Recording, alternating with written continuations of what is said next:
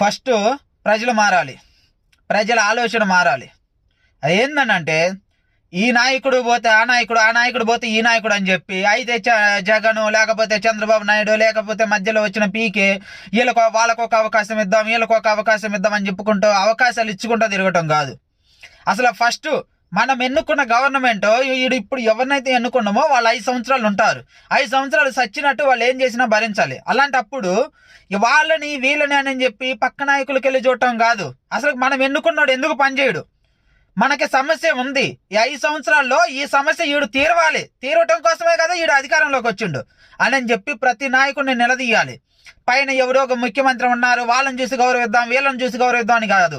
First మీ MLA ఎలా ఉండో, మీ MP ఎలా ఉండో, అసలు మీ ఎంపీ అనేవాడు మీ ఊరు ముఖం చూస్తుండా, మీ ఎమ్మెల్యే అనేవాడు మీ ఊరు ముఖం చూస్తుండా. అది చూసి వాడు పని చేయకపోతే ఫస్ట్ వాడిని నిలదీయండి. అంతే తప్ప 5 సంవత్సరాలు ఆగి మళ్ళీ బుద్ధి చెప్దాం. ఏంది 5 సంవత్సరాలు ఆగి బుద్ధి చెప్పేది? మళ్ళీ 5 సంవత్సరాల తర్వాత వచ్చినోడు కూడా ఇలాగనే ఉంటాడు. అప్పుడేం చేస్తారు?